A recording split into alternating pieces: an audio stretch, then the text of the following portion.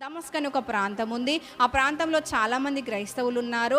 అక్కడికి వెళితే వారిని పట్టుకొని తీసుకొని వచ్చి చెరసాల్లో వేస్తే ఇక క్రైస్తవ్యం అనేది అంతరించిపోతుంది అని చెప్పేసి, క్రీస్తును వెంబడించే వారు అంతమైపోతారు, ఇక ఈ తలనొప్పి అంతా పోతుంది, ఇక అందరూ యెహోవాను అనుసరించే వారే ఉంటారు, ఇక వేరే మార్గాన్ని అనుసరించే వారు ఉండరు అని చెప్పేసి ఈ పౌలు ఏం చేస్తున్నాడంటే, సౌలుగా ఉన్నప్పుడు ఇక అధికారుల దగ్గర పత్రికలు తీసుకొని, అంటే పర్మిషన్ తీసుకొని క్రైస్తవుల్ని హింసించడానికి అతను వెళ్తూ ఉన్నాడు హింసించడానికి, సంఘాన్ని నశింపజేయాలని. ఇప్పుడు కూడా ఈ సమాజంలో ప్రస్తుత కాలంలో ఎంతోమంది సంఘాన్ని నశింపజేయాలని అసలు ఎంతోమంది ఎన్ని శపథాలు చేస్తున్నారంటే, క్రైస్తవులు అనేవారు లేకుండా చేయాలి కదా, బైబిల్ లేకుండా చేయాలి, మందిరాలు కూల్చేయాలి, అసలు క్రీస్తుకు సంబంధించిన పేరే ఎత్తొద్దు అని చెప్పేసి ఎంతమంది శపథాలు చేస్తున్నారు. అందుకొరకు నేను ప్రయాసపడతాను, అలాగా సంఘాన్ని హింసించడానికి నేను కష్టపడతాను, నేను నా శ్రమను నేను వెచ్చిస్తాను, నేను ఇలాగా అంతా చాలామంది శపథాలు చేస్తూ ఏం చేస్తున్నారు, ప్రయత్నాలు చేస్తున్నారు. కానీ మనుషులు చనిపోతున్నారు కానీ భక్తి చావటం లేదు. హల్లెలూయా.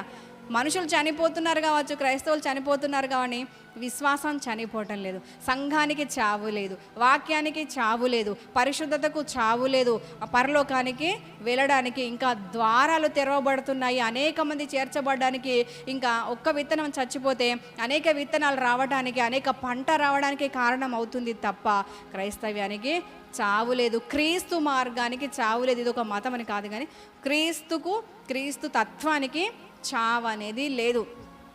అప్పుడు కూడా అలాగే సౌలు ఏం చేస్తున్నాడు, క్రైస్తవుల్ని హింసించడానికి, క్రీస్తుని వెంబడించే వారిని నశింపజేయడానికి చాలా క్రూరంగా భక్తి ముసుగులో, అతని భక్తి నిజంగా చాలా మంచివాడు, దేవుని కొరకు చాలా నిష్ట కలిగిన వ్యక్తి, దేవుడు అంటే చాలా ఆసక్తి కలిగిన వ్యక్తే, కానీ అతని ఆసక్తి అతన్ని దారి తప్పిస్తుంది.